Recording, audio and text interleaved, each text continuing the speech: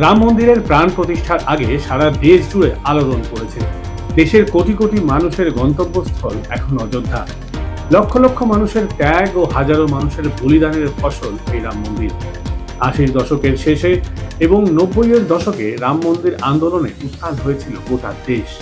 সেই আন্দোলনে শরিক হয়েছিল বাংলা, শরিক হয়েছিলেন হাজার হাজার বাঙালি। তাদের অনেকেই রাম মন্দির তৈরি হচ্ছে দেখে যেতে পারেননি।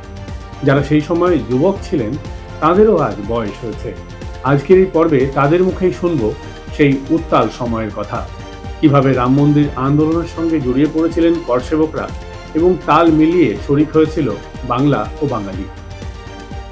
সব থেকে বড় কথা, এই যে এতদিনের এই যে শত্রুদের একটা ঐতিহ্যবাহী স্মৃতিসৌধ, বিতর্কিত সৌধ, এটা আমরা ভারতবাসী হিসাবে বহন করে চলেছি, এটা আমাদের অত্যন্ত লজ্জাজনক। এবার এটাকে যদি পুনরুদ্ধার করতে হয়, তার জন্য সংঘ এবং বিজেপি এবং আমাদের আনুষঙ্গিক হিন্দু সংগঠনগুলো আছে, তারা যেভাবে প্রচেষ্টা চালিয়েছে, আর তার সঙ্গী হিসেবে আমি এখানে আসতে আমি নিজেকে খুব গর্ব অনুভব করছি। কারণ আমার খুব বহুদিনের প্রতীক্ষা ছিল এই অযোধ্যার এই রাম মন্দির। ভগবান শ্রীরামচন্দ্র আমার, এই রামচন্দ্র পুনরুদ্ধার হবে, তার মন্দির রামলালা সেই গর্ব দিয়ে প্রতিষ্ঠান পাবে, এটা আমার স্বপ্ন ছিল। আর সেই স্বপ্ন বাস্তবায়িত হতে চলেছে আগামী 22শে জানুয়ারি।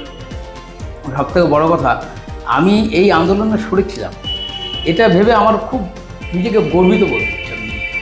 আমি আমার এই ছেলে মেয়ে যারা আমার অনুজ যারা আছে তাদেরকে বলতাম যে আমরা এই আন্দোলনটা করেছিলাম। তার কারণ যেভাবে মুসলমানরা মুঘল বাবর এবং পরবর্তীকালে ইংরেজ এবং কংগ্রেসের পুরো চক্রটা হিন্দুদের এই 3টে জায়গা, কাশী বিশ্বনাথ, মথুরা এবং অযোধ্যা রাম জন্মভূমি, যেভাবে দখল করে গেছে, এটার পুনরুদ্ধার হওয়ার প্রয়োজন আছে।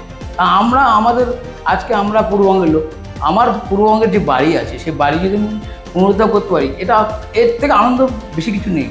আর এই বামপন্থী মুসলমান বা কংগ্রেস টিএমসি এরা বলে রাম মন্দির, একটা মন্দির দিয়ে কী হবে, পরিবার হাসপাতাল বানাবে, এরা এই ব্যাপারটাই অনুভব করতে পারছে না যে একটা আমার ভগবান শ্রী রামচন্দ্রের গর্ব বলে সেই জায়গাটা আমি পুনরুদ্ধারের জন্য আন্দোলন করছি, এটা আমার খুব ভালো লেগেছে।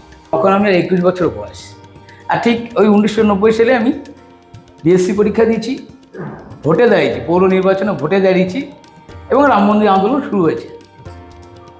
আমাদের লালকৃষ্ণ আডবাণীজির নেতৃত্বে রামরথ যাত্রা শুরু হয়েছে।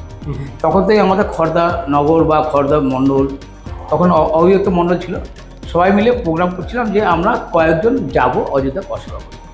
তো সেই সময় আমাদের খর্দার এখানে যে সঙ্গের একজন খুব বয়স্ক কার্যকর্তা ছিলেন শৈলেন ভূমি, তার প্রচেষ্টা এবং আমাদের খর্দা, পানিহাটি বা বিভিন্ন আমাদের ব্যারাকপুর জেলার সবাই মিলে বসে আমরা ঠিক করি যে এখান থেকে খর্দা থেকে করসবায় যাবে। আমার নামটা সিলেক্ট করেছে, আমি খুব খুশি হয়েছি। আর তখন তো বামপন্থীদের প্রবল অত্যাচার, সেই অত্যাচার উপেক্ষা করে, আর আমি বরাবরই দেশপাট ছিলাম, ভয় পেতাম না। তা বাবা আমাকে বললাম এরকম অযোধ্যায় যাবো, বাবা মা জানে একে না বললে লাভ যাবে। তা আমি বাবা মাকে যেদিন যাব 28শে অক্টোবর 1990 সালে ভোর 4:30টার সময় আমি বাড়ি থেকে বেরিয়েছি। আমার জম্মুতে ট্রেন শিয়ালদা থেকে সকাল খুব সময় 10:45 না 11:45 ছিল টাইম। তার আগের দিন সিপিএমের মাতুব্বররা বাড়ি বাড়ি এসে বলে গেছে, জানে আমার বাড়ি, বলছে কেউ যদি অযোধ্যায় যায় তাকে বাড়িতে ফিরতে দেবে, এরকম হুমকি দিয়েছে। সেগুলোকে উপেক্ষা করে আমি মা বাবাকে প্রণাম করে বেরিয়ে গেছি। 28 তারিখ আমরা যখন বেরোলাম জম্মুতে এসে, টিকিটটা আমাদের বাথরুমের ভেতর দিতে হয়েছে, ট্রেনের টিকিট, এই কারণে যাতে কেউ জানতে না পারে। পুরো শিয়ালদা স্টেশন আরপি এবং পুলিশ, লোকাল রাজ্য পুলিশ দিয়ে পুরো ঘেরাও, কোনো অযোধ্যায় যেন কোনো করসেবক যেতে না পারে তার বন্দোবস্ত করবে। অনেকে ধরেও ফেলেছে, শিয়ালদাতে ধরেও ফেলেছে। তো যাই হোক, আমি বাথরুমে গিয়ে টিকিটটা কালেক্ট করেছি, শৈলেন ভৌমিক মহাশয় আমাকে টিকিটটা দিয়েছিলেন। তারপরে আমরা ট্রেনে উঠেছি, ট্রেনে পুরো ভর্তি করসেবক।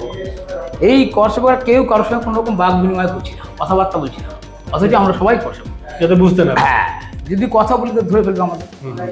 28 অক্টোবর আমাদের ট্রেন ছাড়লো, আমাদের 29শে অক্টোবর বেনারসে আমাদের ট্রেন পৌঁছলো ভোরবেলা 3:40-45 নাগাদ।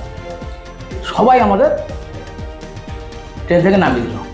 মৌলানা মুলায়ম সিং তার দলবল বাহিনী পুরো দাঁড়িয়ালা সব গার্ড দিচ্ছে, গার্ড পুলিশের সঙ্গে তারা রয়েছে, তারা গার্ড দিচ্ছে। এবং সেই আমাদেরকে নামিয়ে দেওয়ার পর আমরা ভারত সেবাশ্রম সঙ্গে গেলাম।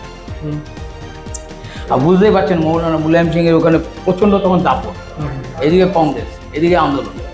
তো যাই হোক, আমরা বেনারসে নামলাম, ভারত সেবাশ্রমের সঙ্গে ছিলাম এই ভোর 5টা-6টা পর্যন্ত ছিলাম। তারপর সেবাশ্রম কর্তৃপক্ষ বললো আপনারা এখানে থাকবেন না, তাহলে আমাদের সেবাশ্রমের সঙ্গে একটু সমস্যা হয়ে যাবে। তো আমরা ওই ঠিক সামনেই আমাদের রাস্তা আছে, রাস্তার উপর বসে বললাম, আমাদের তুলে নিয়ে গেল ওখানকার স্বয়ংসেবক গাজীপুর উত্তরপ্রদেশের, ওরা প্রচণ্ড সহযোগিতা করেছে। এবার ওই স্বয়ংসেবকদের ইনস্ট্রাকশনে আমরা 8জন একটা টিম, 2জন করে বেরিয়ে গেলাম।